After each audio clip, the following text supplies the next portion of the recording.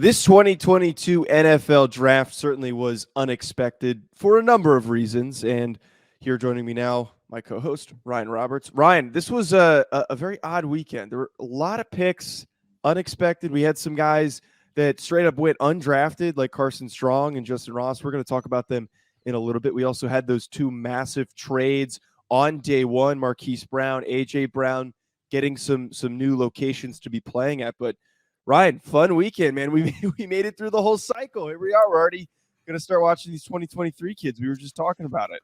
I know, man. I know it's chaotic, and it's really chaotic because we're just rolling right into the next draft class. Like we don't stop, which is a lot of fun. But it was a really entertaining weekend, man. I thought there was a lot of movement, especially on day 2 into day 3. There were a lot of trades. We saw a couple player trades, quarterbacks falling. This year too is. I feel like I should have had a better understanding of this going into the weekend, but man, this was the year that you did not want to have a medical situation, right? Like that we saw so many guys in this class that had over 2,100 prospects. Medicals were a detriment this year. We saw that with a couple of guys. Which is so weird because, I mean, it's not weird, but last year, you think about last year when the evaluation process was so much more difficult because there wasn't really an NFL combine. They did send guys for those medical checks, but the ability to properly evaluate guys overall was far more difficult than usual. And that was one thing that people were talking about last year was you didn't want to be a guy with a medical issue because of the inability to properly validate it. And then here we are this year where it was almost double the amount of impact.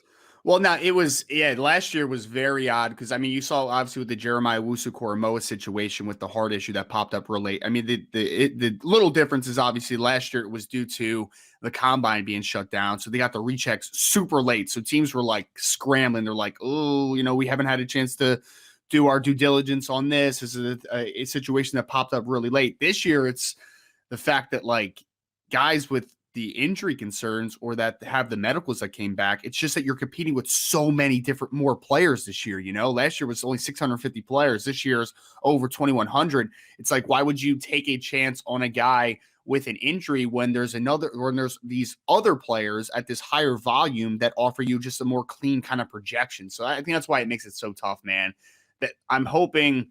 Obviously, it seems like we're coming out of COVID a little bit finally after a couple years. But don't jinx us. I know, man. I mean, look at the impact it's had, though. I mean, we had the combine this year, last year, 2 years ago was the pro day shutdown. This year, it's the overpopulation with so many prospects because of the COVID extra year of COVID eligibility. So, man, like at some point, hopefully, this kind of regulates itself because it has been wild the last 3 cycles. Before we continue on with this discussion, folks, I do want to tell you about Bet Online, today's sponsors. Our partners at Bet Online continue to be the number one source for all of your betting needs and sports info. Find all of the latest sports developments, including updated odds on the NBA playoffs, fights, and even next season's futures. Don't forget that the MLB is back. Who are you picking to win the World Series? BetOnline is your continued source for all of your sports wagering needs, including live betting in your favorite Vegas casino and poker games. It's super easy to get started, so head to their website today or use your mobile device to join and use our promo code BELIEVE, that's BLEAV, to receive your 50% welcome bonus on your first deposit. BetOnline, where the game starts. Yeah, definitely a lot more guys, and that was a positive because we talked about how deep the class was, and that certainly benefits teams that were picking late, and we're going to end up talking about in the next segment about how these day 3 picks, there were some guys that just fell really, really odd spots, but landed in really good situations. But the other part of that is you got some guys that go undrafted, and you've got kids that would probably be rookie minicamp invites, that would be high priority UDFAs, but they're probably not even going to get a phone call. They're probably not even getting an opportunity. Yeah, it's got it's like a ripple effect this year, man, because like we talked about it during the draft, there's guys that were day 2 players that maybe had, maybe were borderline draftable players in the late first round because there wasn't much separation. And you move into day 3 where there's a plethora of guys that are probably day 2 graded players. And now we're in UDFA territory where there are a lot of players that got drafted that got signed that had draftable grades. And what it does also, Joe, is like you said, there's going to be a lot of players that don't even get a phone call. but also there's going to be a lot of really talented UDFAs this year that I think kind of force some like mid-tier veterans out the door, because why would you not go with the cheaper labor, right? If the style and the talent level is kind of on par with one another. So man, it's going to have ripple effects for a long time. This is not just going to be a, consistent to just this draft class. Like there's going to be veterans that are going to be on the outside looking in, because there's going to be players coming in that are just cheaper and similar type of players right now. And speaking of UDFAs that have the ability to push some veterans, Carson Strong, I think, is one of those guys. This was speaking of players also that fell. The quarterback class fell off a cliff. We were talking leading up, and we were doing all these radio spots, and you and I had the same agreement here on the thought that despite the class being bad, teams were still going to overvalue the position, as they always do. But the NFL didn't do that this year, which was so unexpected. And it's almost like the NFL is catching up to how it should properly be valuing certain position groups and the quality of play, and not overvaluing quarterbacks. But we don't have a second quarterback go until the third round. But Carson Strong, man, goes undrafted because of the degenerative knee issue that he had. And I think that some people might be scratching their heads and wondering why he went undrafted. That has to be the primary reason. There was also those possible concerns of, is he maybe not a personality fit for some teams because he didn't do that great in the interviews, allegedly. But him ending up in Philadelphia, I really, if you get a good camp out of him, he's cheaper to keep around possibly than Gardner Minshew. I don't know when his contract is up. I bet that they try to trade him. And if Carson Strong's knee checks out and they get their doctor to confirm that this guy's good to go for a few years and then we can kind of figure it out kind of deal, he could certainly push Gardner Minshew. I think he's that type of a player. Yeah, no, I agree with you. And I think that since we just saw a less than stellar quarterback class this year, I think that Gardner Minshew becomes even more valuable than he once was, because where would Gardner Minshew, with the known commodity that he is, rank in this quarterback class? Like, would he have been the first quarterback taken? Like, it's not outrageous, man, because he's had some success in the NFL. So I think that he becomes very valuable. I think we had a total of 9 quarterbacks drafted, I believe. And we had Skylar Thompson and Brock Purdy get drafted and Carson Strong didn't. Like, that is a huge indicator, obviously. Yeah, I talked to someone who was a former scout and was a general manager of a team, and he basically told me that, a lot of teams really liked Carson Strong, the player. They thought that he could have a long career as a player just in a vacuum on the field. The problem is that even if he is able to last, there's going to be a lot of maintenance that needs to happen, right? Like, that makes you nervous as far as the knee issue, because it's not something that's probably going to get remedied, right? Like, this isn't someone that just tore an ACL and then like you could get back to it and maybe never tear your ACL again. Like, this is a issue where there's probably arthritis and there's long-term impacts and there's those things that are going to be a hindrance for him. So it's a shame, obviously, and Carson's been on our show before, right? So, like, we have I really like the young man as a person, first and foremost, and I really liked him as a player, and I still like him as a player. I think the short term could still be really good. And, shout out to the Philadelphia Eagles. They paid him a high price as far as UDFAs go, and I think that just kind of signifies that, like, the NFL likes him. It's just that are you going to mortgage long-term assets into getting a Carson Strong right now? And that's the question mark, obviously. But I think he's going to come to Philadelphia. He's going to be stashed on the roster for probably a year. And this is a make it or break it year. I'm not going to say that Carson Strong's set up to maybe the future starting quarterback, but if he comes into the camp, man, and he shows what he showed on film at Nevada and he's able to stay healthy, I wouldn't put it past it, man. I really wouldn't, because this kid is a really talented thrower. He is the best passer on the Philadelphia Eagles roster right now. Sorry. Like, for Eagles fans out there, Jalen Hurts brings a different dynamic as a rusher that obviously Carson Strong never will. But, at a certain point, where does the passing prowess outweigh maybe the full package, right, of a Jalen Hurts? So I think it's a nice stash pick, at least. We'll see how it kind of works out. But I'm happy that Carson is going to be playing in Philly, because I live right over the bridge. So maybe I'll go check him out in a couple preseason games at least. You know who else I just realized went undrafted that's actually pretty crazy to me? Caleb Ellaby was one of the guys that went undrafted in this quarterback group, which is super odd. But, we still I like some of these fits for some of these quarterbacks, like Sam Howell ending up with the Commanders is a really nice fit.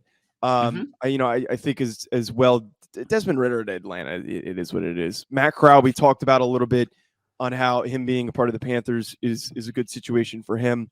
Maybe he develops after a couple of years. Same thing with Malik Willis going to the Tennessee Titans. Overall, it seems like a lot of teams didn't go too crazy, especially not reaching for some of these quarterbacks as we mentioned.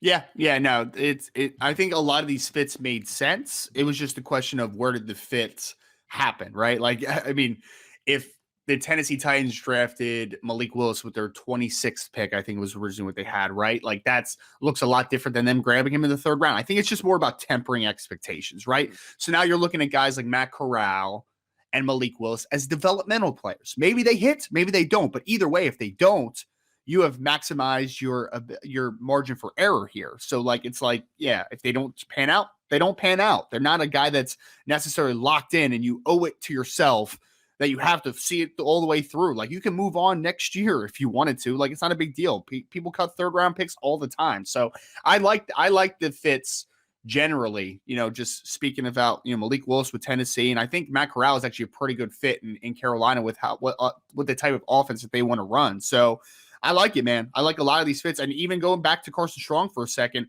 I think Carson Strong fits what that, obviously the coach came over from Indianapolis, right? And I Nick Sirianni speaking, and I think that he structurally kind of fits that offense a little better traditionally than what Malik Willis, what Jalen Hurts kind of brings to the table. So I like a lot of the fits. I think that a lot of them make a ton of sense. And again, I think the fact that we could temper the expectations for this rookie quarterback class is the key part of this conversation for me. Ryan, before we dive into talking about these day 3 picks and which ones we really liked the most, I want to hit on the big trades that happened on night 1. Effectively, they were the 1st round picks for these two teams. So Marquis Brown moved from the Baltimore Ravens to the Arizona Cardinals. And then conversely, we have A.J. Brown, the Tennessee Titans wide receiver, moved to the Philadelphia Eagles. The way that I look at these two trades, A.J. Brown now being a Philadelphia Eagle, I think that is a perfect situation. Or not perfect situation. I think that the Eagles won in this trade. I think that A.J. Brown added to that group. He's going to be playing opposite of a young, talented Devontae Smith. That is a good spot for him. Can Jalen Hurts get him the football? That is a different question. But that is a really, really nice spot for him. Conversely, though, man, the Ravens benefited significantly, I think, from that Arizona trade, because Marquise Brown is a nice weapon. He's a nice, speedy receiver. But the Cardinals already have a lot of receivers, and they've invested a lot of draft picks in these fast receivers, these small, fast receivers. I guess it's an effort to replace Andy Isabella, who has just not panned out to the extent that Cliff Kingsbury has really hoped. But Baltimore gets that pick, and they draft Tyler Linderbaum, and they have a really nice starting center. And that's better for them, a team that runs the ball effectively and needs a good offensive line to do it and to protect Lamar Jackson. That, to me, is more valuable than Marquise Brown, who was inconsistent and hasn't really ascended to the level that we maybe have been hoping. But that's where I sit on both of these trades. Yeah, I mean, for the Ravens one too, the part that is also prevalent is that you also alienated Lamar Jackson a little bit. I mean, like, he was very vocal on Twitter that he was very upset about because they're boys. Situation. They grew up together. Yeah. They're not too far. But that, I think, if Lamar was not close, like if say he was just very on average terms with Marquise Brown, I don't think his reaction would have been the same.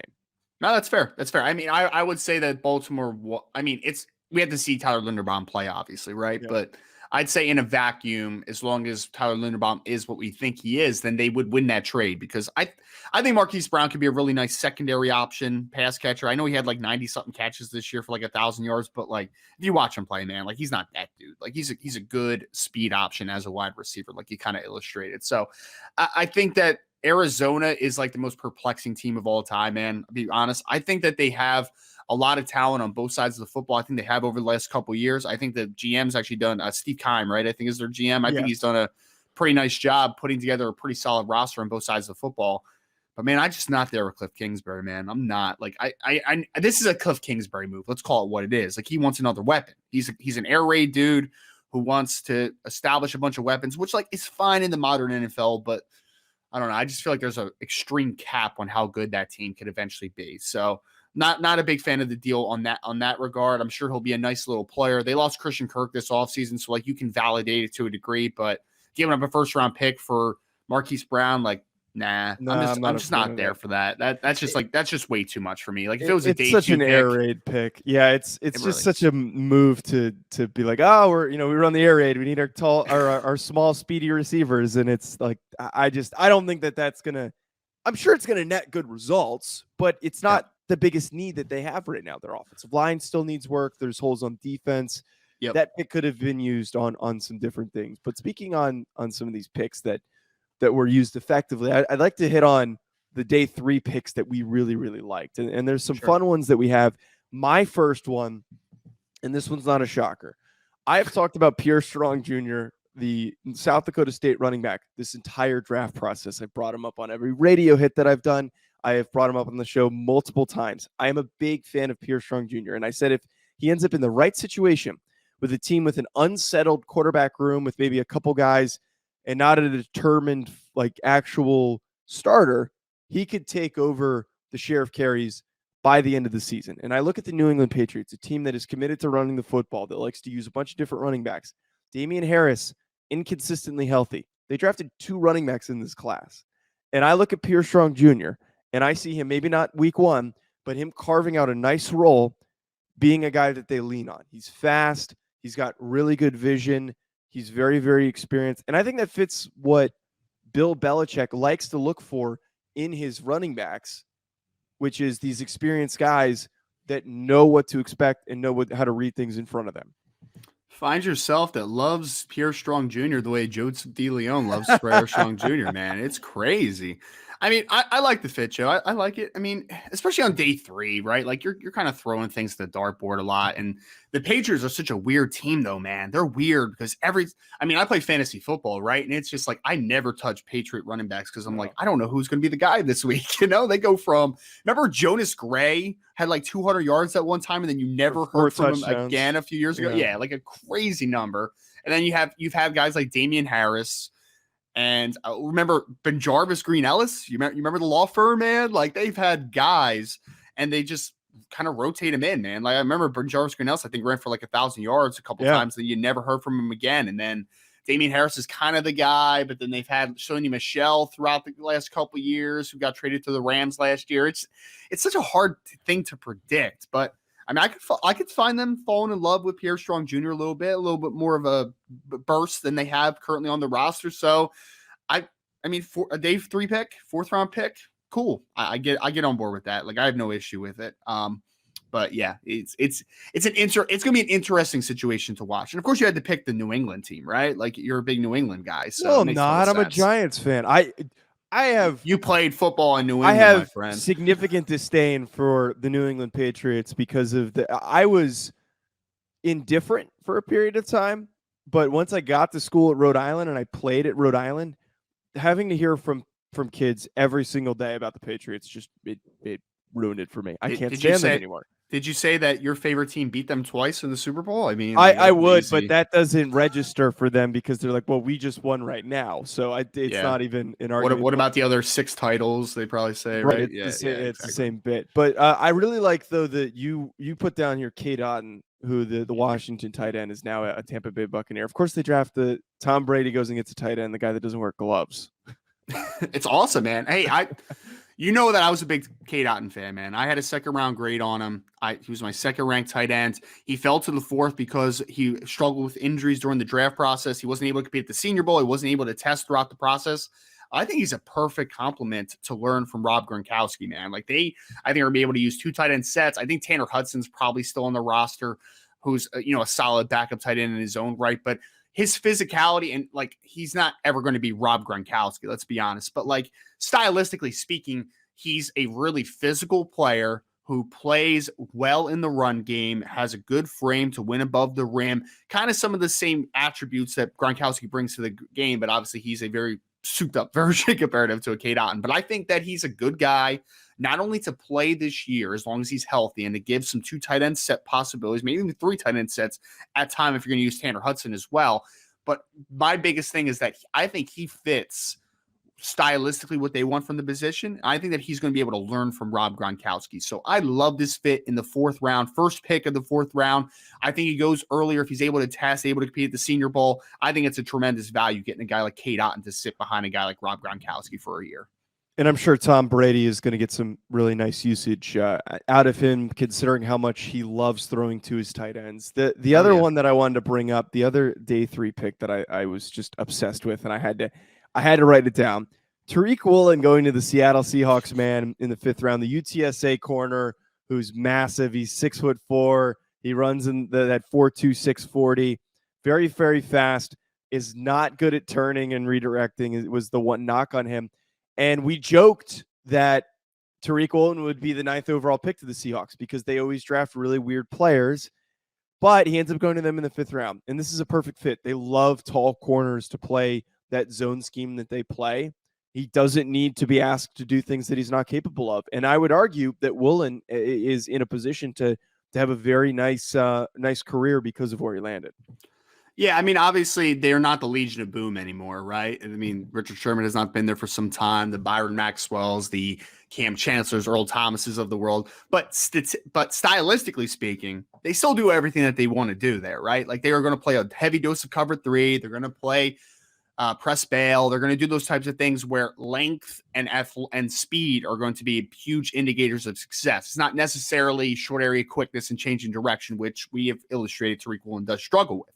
But if you keep him on a vertical plane of the field, let him be an athlete and run with wide receivers and use his length, I think it's a good fit. I mean, honestly, there were some people that were talking about him being somewhere on day 2 and, that type of early conversation. I think going here on day 3, you temper expectations a little bit and you let him learn. Because I think the one thing that gets lost in translation a little bit is he's only playing corner for 2 years. He's still raw to the position.